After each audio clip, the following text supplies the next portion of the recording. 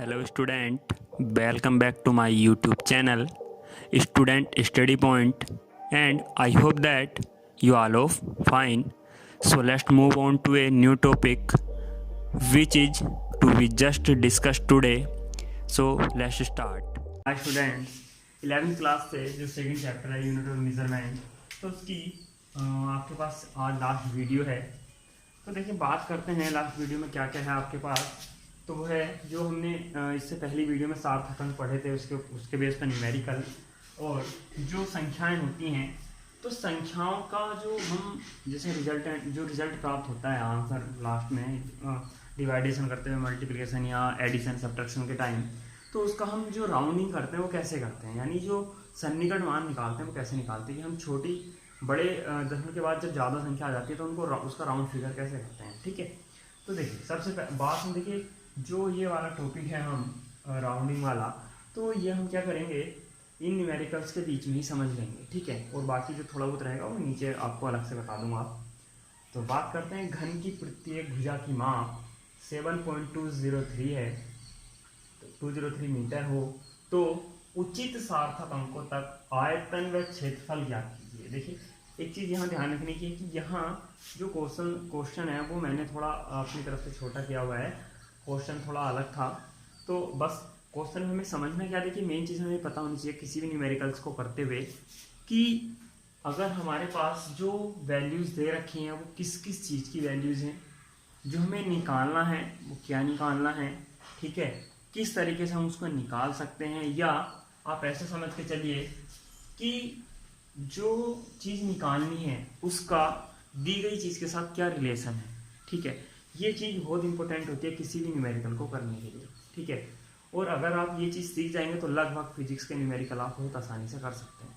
तो देखिए बात करते हैं, उसने कहा घन की प्रत्येक भुजा की माप कितनी है 7.203 मीटर, यानी ये साइड है किसकी, क्यूब की। तो क्यूब की साइड सपोज दैट आप ये मान के चलिए कि ए है, तो ए की जो वैल्यू 7.203 मीटर है।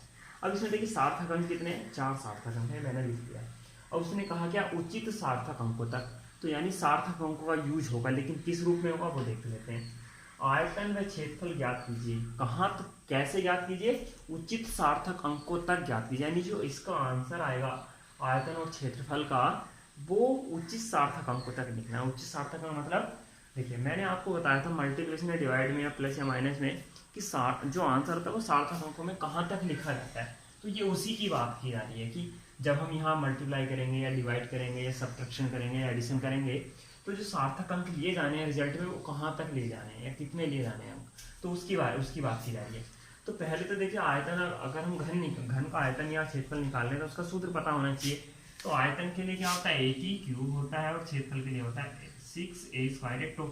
टोटल सरफेस होता है, टोटल सरफेस एरिया होता है। ठीक है, तो देखिए ए इज इक्वल टू हो गया 7.203 मीटर और सार्थक अंकों की संख्या हो गई इसमें 4। तो देखिए जब अब हम आयतन और क्षेत्रफल निकालेंगे तो दोनों में ही मल्टीप्लाई करनी है। मल्टीप्लाई करने का मतलब ये है कि जो रिजल्ट आएगा वो उतने ही सार्थक अंकों में होना चाहिए जितने की ये वैल्यू दे रखी है, यानी रिजल्ट में भी केवल 4 ही सार्थक अंक आप ले सकते हैं, इस बात को ध्यान रखिएगा। तो देखिए बात करते हैं एरिया की। तो एरिया निकालने के लिए मैंने आपको सूत्र बताया कितना होता है, 6a² होता है। ठीक है, तो 6a² देखिए एरिया इज इक्वल टू कितना हो गया 6a² और बराबर में है 6 इंटू ए की वैल्यू रख लीजिए 7.203 का होल स्क्वायर। तो इसका मतलब पहले में 7.203 का होल स्क्वायर निकालना होगा। जब आप इसका होल स्क्वायर निकालते हैं तो यह आएगा 5.51 यानी 51.883209। देखिए ये इसकी पूरी वैल्यू है, यानी आप अगर इसका स्क्वायर निकालते हैं तो ये आएगा, लेकिन आप इसको जरूरी नहीं कि इतना बड़ा करके लिखें, आप यहाँ इसको 51.88 करके भी लिख सकते हैं केवल, इससे ज़्यादा जब ना समझे तो, या एक आधा अंक बोल लेना चाहें तो ले सकते हैं, कंपलसरी नहीं कि आप ये पूरा लिखें। ठीक है, क्लियर। आगे बात करते हैं। देखिए अब यहाँ 6 की जब आप मल्टीप्लाई करते हैं तो ये आता है 311.299254। ठीक है, जो एरिया है, एरिया की यूनिट होती है मीटर स्क्वायर, तो मीटर स्क्वायर लिखी हुई है, यहाँ मीटर स्क्वायर मैंने नहीं लिखा। तो यहाँ में जब एरिया का आंसर आ चुका है मैंने उसके साथ उसकी यूनिट लिख दी है मीटर स्क्वायर। देखिए न्यूमेरिकल से करते हुए या कोई भी क्वेश्चन जो हम कह सकते हो कि जो हमारे को मैथमेटिकल पोर्शन होता है, चाहे वो मैथ में हो, जो मैथ के क्वेश्चन हम हल करते हैं तो लास्ट में जो भी चीज़ निकल के आती है उसकी यूनिट ज़रूरी होती है। वैसे ही फिजिक्स में भी जो चीज़ आप निकाल रहे हैं उसकी यूनिट लिखी हुई होनी ज़रूरी होती है, ठीक है, वरना आपके जो मार्क्स होते हैं वो काट लिए जाते हैं। तो ये होता है जब मल्टीप्लाई करेंगे आप। अब देखिए यहाँ बात करते हैं राउंडिंग की, तो कितने सार्थक अंक हैं? 4, तो आपको 4 सार्थक अंक लेने, तो आप ये 3 तो आपके लिए कंपलसरी है, 3 तो आपको लेने ही लेने हैं, ठीक है। तो आप अगर वैल्यू लिखते हैं यानी आंसर लिखते हैं तो ये आ जाएगा 3.311.2, ये आपके 4 सार्थक अंकों तक वैल्यू जाएगी। लेकिन देखिए अब राउंडिंग कैसे करते हैं, क्योंकि यहाँ लगभग जो कह सकते हो आप 29 लिखा हुआ है, 299, ठीक है। अगर आपको यहाँ अगर आप सन्निकट कर रहे होते तब भी, और इससे यहाँ कर रहे हैं तब भी, आप सन्निकट कैसे करते हैं उसके बारे में मैं आपको बात करता हूँ। ये 3 क्यों आया है उसके बात कर लेते हैं, ठीक है। तो देखिए ऐसा होता है कि 0 से 5 और 5 से यानी 6 to 9 अगर ये वैल्यू होती हैं जैसे आप समझ के चलिए कि हम यहाँ कर रहे थे 311.29 की बात कर रहे हैं, ठीक है, या इससे आगे वाले अंक की बात कर लेते हैं। यहाँ से निकल हम इस वाले अंक का करके दिखा देते हैं, बाकी इस वाले का यहाँ आंसर में करा हुआ है, ठीक है। तो देखिए मैंने बात की यदि 0 to 5 तक की कोई डिजिट लिखी है तो उससे दशमलव के बाद की बात चल रही है केवल ये, ठीक है, दशमलव के बाद ही ऐसा होता है। तो जो हमारे पास इस संख्या से पहले का नंबर होता है, जैसे हम इस वाले अंक को देख रहे हैं, क्योंकि हमसे जिस अंक का सन्निकट करना है यानी राउंडिंग करनी है इस 9 की, तो इससे एक अगले अंक को देखा जाता है इस लिमिट के अंतर्गत। 2 लिमिट होती हैं और इसकी लिमिट इन 2 के अंतर्गत देखी जाती है। कब? जब राउंड फिगर करना हो इस अंक का, यानी जिस डेसिमल के बाद जिस अंक का राउंड फिगर करना होता है, ठीक है, उससे नेक्स्ट वाले डिजिट को हम इन 2 लिमिट के अंतर्गत देखते हैं, ठीक है। तो आप देखिए कौन सी वाली लिमिट के अंतर्गत आता है, ये इस वाली लिमिट में आता है। तो यदि इस वाली लिमिट के अंतर्गत आता है तो +1 कर लिया जाता है, किसमें? इस राउंड फिगर वाली संख्या में, ठीक है, इस राउंड फिगर वाली संख्या में क्या कर लिया जाता है? +1 कर लिया जाता है। यदि ऊपर वाली लिमिट में आता है तो कोई चेंज नहीं होता, कोई चेंज नहीं होता, इस बात को आप ध्यान रखना। तो यहाँ जब हम इसमें +1 करेंगे तो कितना आ जाएगा? आप +1 करके चलिए तो आ जाएगा 3.311 पॉइंट, इसमें जब आप 1 जोड़ेंगे तो आ जाएगा 30, ठीक है, ठीक, क्लियर। अब आप देख के चलिए कि अगर मैं कर रहा होता, इसको हटा दीजिए अब, ठीक है, अगर हम बात कर रहे होते इस डिजिट की ना कर रहे होते, जो क्वेश्चन में है उसी की बात कर लें अब, तो देखिए हमें इस डिजिट का राउंड फिगर करना है और इस वाले को हमें लिमिट के अंतर्गत देखना होगा। तो 9 किस लिमिट के अंतर्गत आता है? इसमें आता है, ठीक है।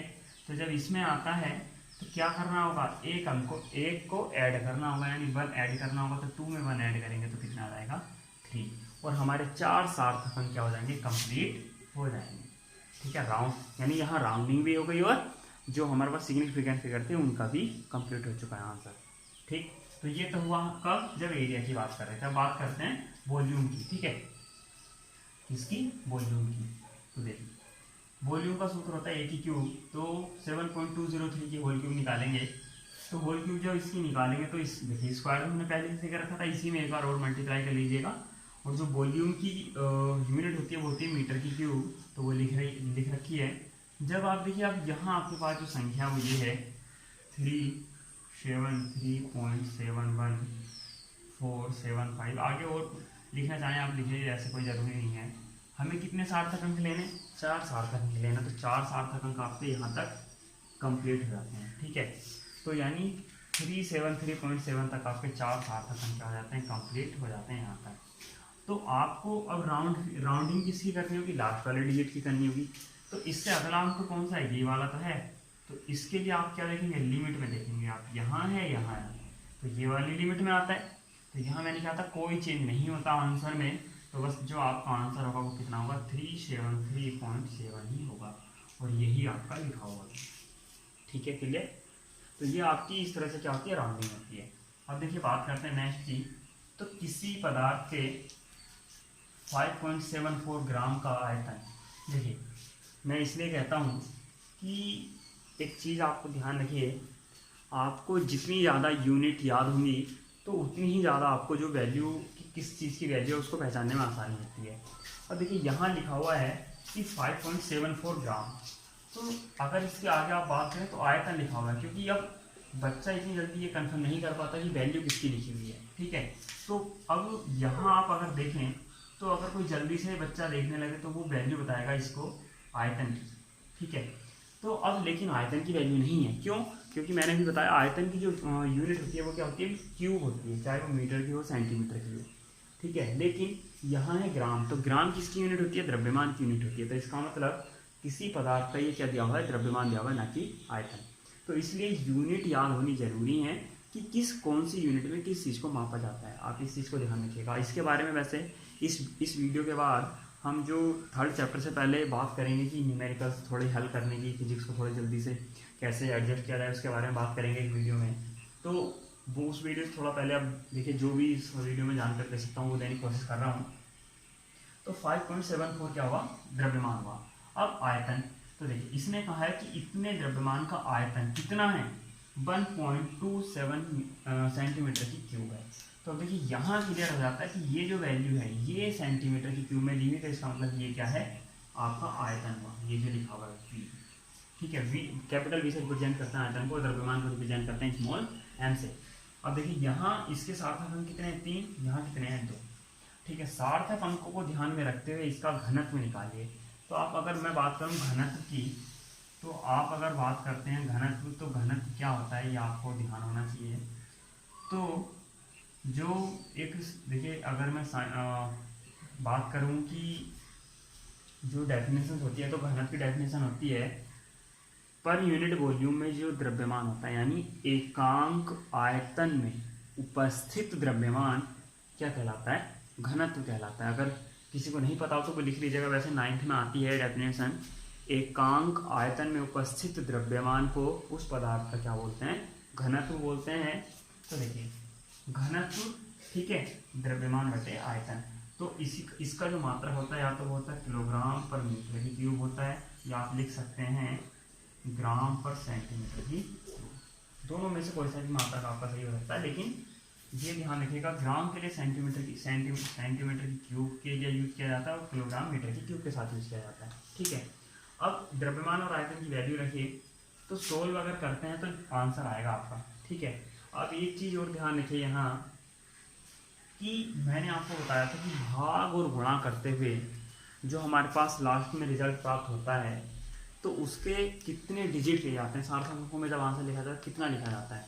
तो मैंने आपको बताया था जो चीज़ आप जिन संख्याओं को आप मल्टीप्लाई कर रहे हैं, डिवाइड कर रहे हैं, तो उसमें आप ये देख लीजिए किस संख्या में न्यूनतम सार्थक अंक है। तो किस में है, 1.2 में है 2, क्योंकि 5.74 में 3 है। तो आपका जो आंसर होगा वो उचित, जो सही होगा सार्थक अंकों में जो लिखा जाएगा वो केवल 2 सार्थक अंकों में लिखा जाएगा। तो जब आप इसको सोल्व करेंगे तो उसमें जो भी आपका आंसर आएगा, तो उसमें से केवल 2 ही सार्थक अंक लेने हैं, जो हमने ले रखे हैं 4.8। ठीक है, यही आपका क्या है, आंसर है। बाकी आप अगर जब सन्निकट करेंगे, राउंडिंग करेंगे, तो आपको इन्हीं 2 लिमिट के बीच में आपको देखना है कि हाँ सन्निकट कैसे करना है।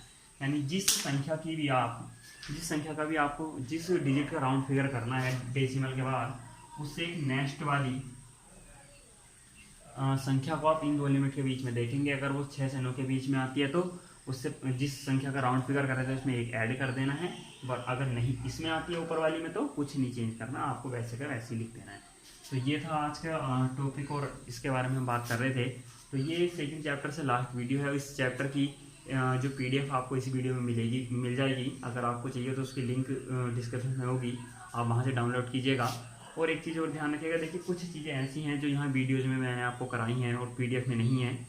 तो जो स्टूडेंट्स देख रहे हैं जिनको ये चैप्टर पूरा करना है, तो वो इन जैसे ये क्वेश्चंस PDF में नहीं मिलेंगे आपको, जो मैंने आज कराए हैं, तो इनको यहीं से बोर्ड से आपको वीडियो को पुश करके रखना है और यहीं से कर लेना है। ठीक है, तो ये आप ध्यान रखिएगा कि जो PDF में एक बार देख लीजिएगा कि जो चीज़ें PDF से बाहर हैं, तो वो चीज़ यहाँ से आप कर लीजिएगा वीडियो से। ठीक है, थैंक यू फॉर वॉचिंग।